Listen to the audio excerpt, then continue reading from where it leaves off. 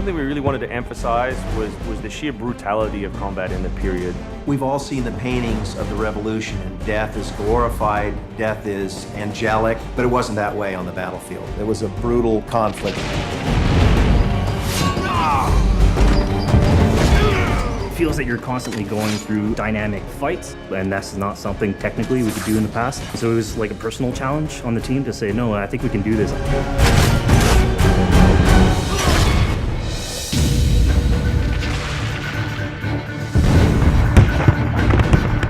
These armies are filled with different types of weapons.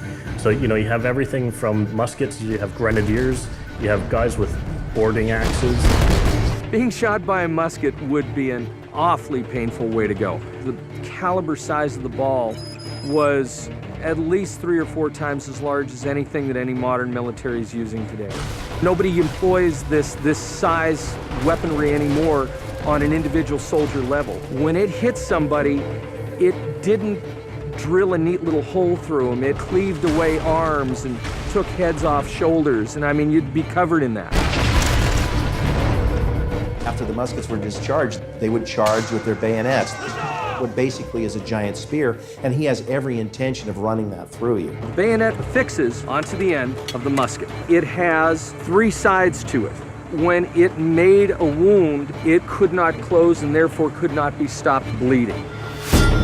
They would shoot and then they would march, and that hand-to-hand combat was really brutal. And whether it's people using a bayonet affixed on the end of a musket, a small hatchet, this is a kind of killing that is very mano a mano.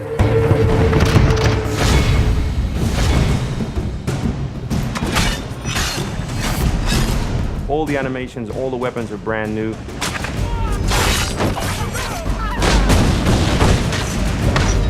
It was interesting to start on a new style of fighting that is much more close and aggressive.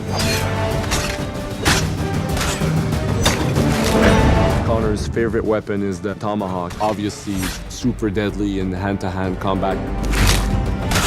Also the bow and arrow. It fits with his native heritage and it's lethal. The rope dart, it's a real accurate Chinese tool that we found the references for that period as well. He can use it from the ground, so he can bring the enemy towards him. It gives him the ability, for example, on a tree, to hang someone from above.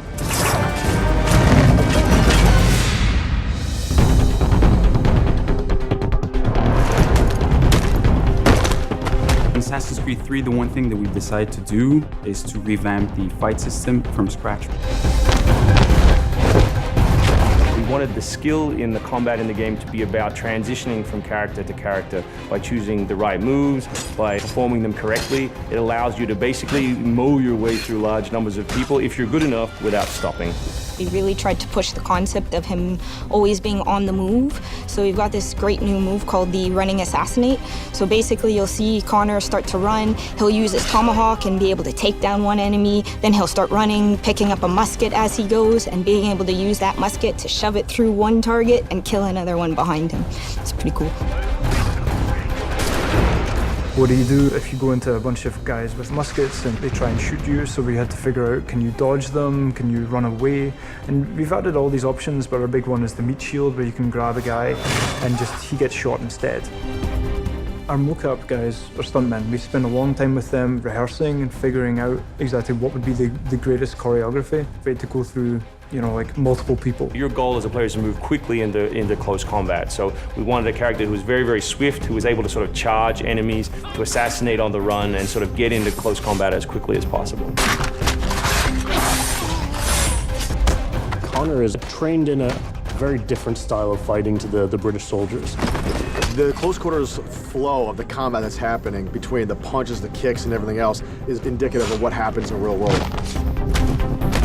I'm very impressed by the moves that they do. It's cool to see push kicks and axe kicks and different sort of takedowns that are done correctly and very believable when they're done. Right hand right, punch to the face, boom, to the throat, to the groin, finish with boom. This is something new for us that we're really proud of. It's fast, it's fluid, and you go through these guys like butter.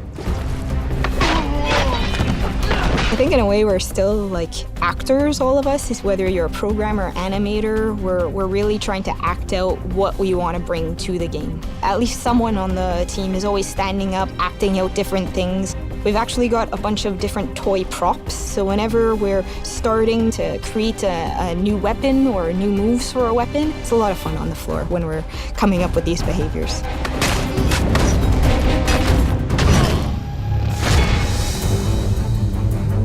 Connor is essentially the first guerrilla fighter. He's someone whose goal is always to move behind enemy lines, to pick off his target, and to escape.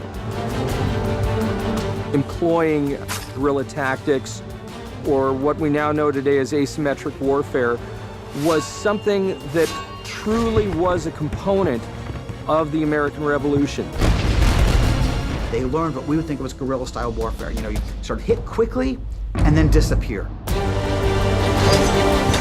American tactics were really frowned upon by the British because the Americans did adapt the tactics that were used by the Native Americans from the French and Indian War. For people who lived far from a city, they had to rely on their own abilities, so they became skilled hunters. And so when they did eventually fight in a war, they had certain skills, not about how to march in a line, but how to hunt. There's this group of rangers, the Green Mountain Boys that were from Connecticut. They were like the most feared rangers. What they would do is they would come out and they would shoot very long distances. They could be pretty accurate for a long distance, and then they would hide behind the guys with the bayonets and reload, and then come back out and shoot again.